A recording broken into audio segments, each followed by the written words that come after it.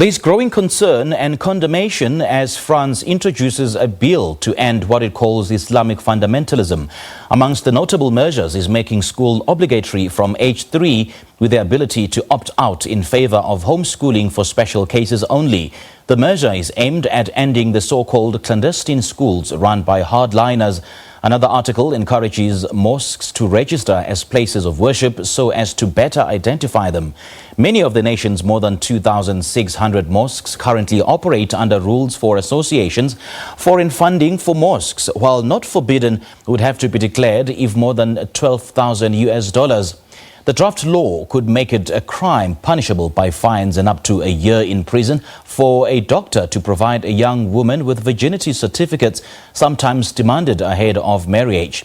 French doctors and Muslim feminists are also against such certificates, but some have argued against an outright ban, saying it could harm women who could face violence without them.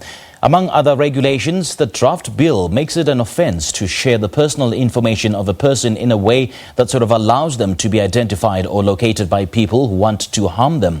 The draft bill also cracks down on online hate speech. To discuss the finer details of this new bill, we are now joined via Skype by political analyst Hamid Chriet. He is in Paris, in France. Mr. Chriet, a very good evening to you. Thank you so much for joining us. First of all, take us through the granular details of what this Islamic fundamentalism is and what it really means for the people of France. Oh, thank you. It's a very good question. Anyone, cannot define what is Islamic fundamentalist. Even the French president, Emmanuel Macron, in his government, when we ask them about what is, could you define what is the Islamic fundamental, nobody was, able to define this. This is very, politics is sometimes very ironic.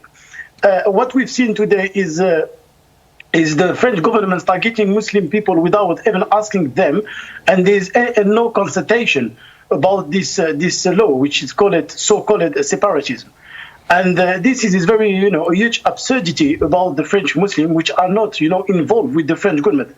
I would like to remember that the French Muslim are also French citizens and they have the same right. So I think this is a very, dangerous statement and dangerous rule, which will instabilize the French nation. And we've seen that today the government is going, down. The economic situation is going down. There is a failure in the macro reforms, and this kind of diversion by the government, which are just targeting, French Muslim, despite of resolving the French, problems such as the economic problem, the social problem.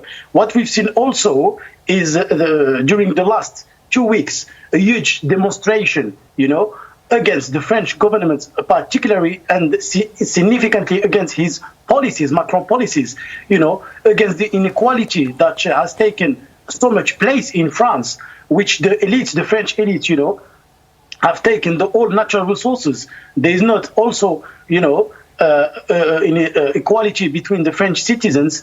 And we've seen that the youth generation, we are conscious to fight this, inequality and also this racism and Islamophobia in France.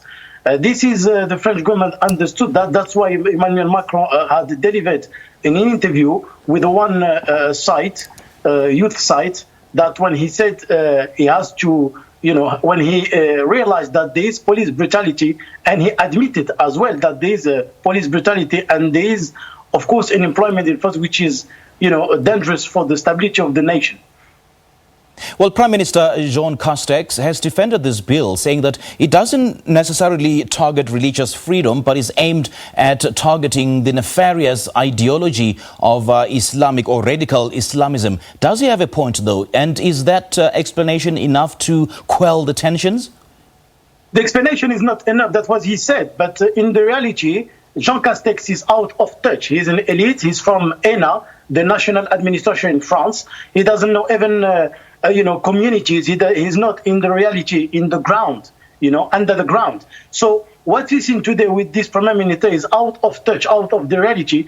And we've seen this kind of stigmatization for the French Muslim community. If the president wanted really to involve to implement this law, why he didn't, take part, the French Muslim, and when he didn't involve them to make this law? So we've seen that there's kind of domestication against the French Muslim. I think colonization is finished, and now, France is worrying about the increase of the French Muslim in France, and that is a huge today debate, particularly in the far right party and also in the right. We've seen recently one bill that I thought it was a joke, which proposed a Muslim camps against an extremist, this which is against the human right, the fundamental human right and liberties. So today France as well is in failure in Africa, such in Libya, with Turkey, and we know the relationship. 2 days ago, Sisi has visited France to have a relationship within France, that France has also sent weapons to Egypt. We've seen that France today is not in the posture to give any morality to the African continent, to the other continent. And we've seen that today is very worrying. The situation is worrying in France. The youth generation doesn't have any future for their own selves.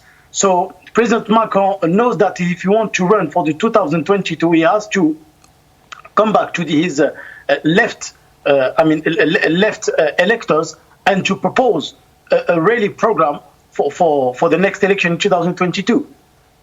Now, French people are still reeling from that fatal shooting at Charlie Hebdo back in 2015. So, to get a sense that the government has prepared, has put in place contingency measures should a religiously charged war break out in relation to this.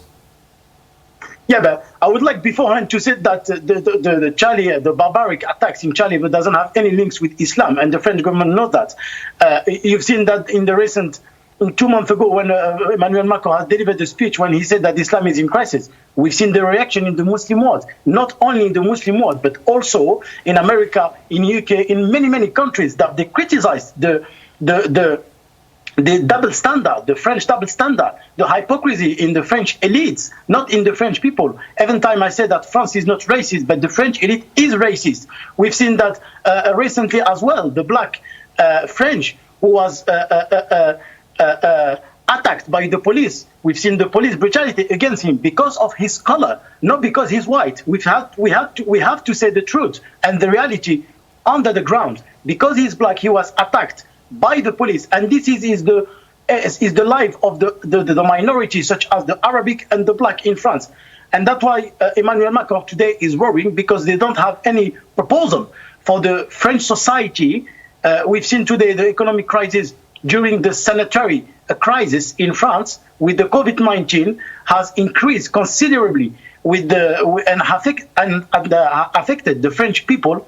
And we've seen the huge protest that the French people now today, they want any restriction, and they want to take back their right, and they want as well another government for 2022. That's why we see a huge change for the youth generation. We are politicized more, and we've seen as well this polarization that French people, they don't want. Is President Emmanuel Macron shooting himself in the foot after this, just considering his waning popularity? I think Emmanuel Macron knows that today the youth generation is an important electors if he wants to run for the next election in 2022. That's why he delivered an interview for one of the famous youth media in France, which is called Brut. So when he said that, he acknowledged that there is a police brutality. And he said that, of course, it's more difficult to find a job for Arabic or black people. So we've seen that there is I will say, a little move from the French President Emmanuel Macron.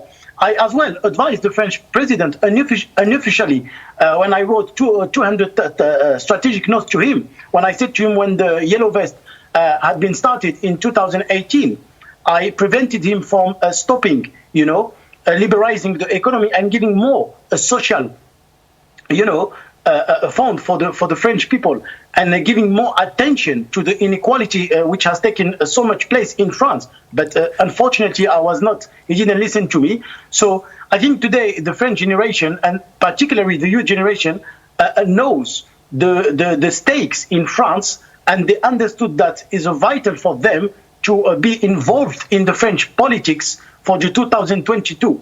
a French generation are conscient, whatever they are, black, white, or Arabic, that they are French, and they want to unite the whole nation, the whole French nation, against whose people who stigmatize, as they call the enemies, whatever is Muslim, black, or other people, the minority. That's why I think we have to deliver this message today, and we have to condemn the whole stigmatization against the French Muslim community, even also against our brother black French. And this is very important today to condemn these things and to stop stigmatizing the minority in France. All right, Mr. Chriet, great chatting to you. Thank you so much for your analysis. We appreciate your time. Thank you.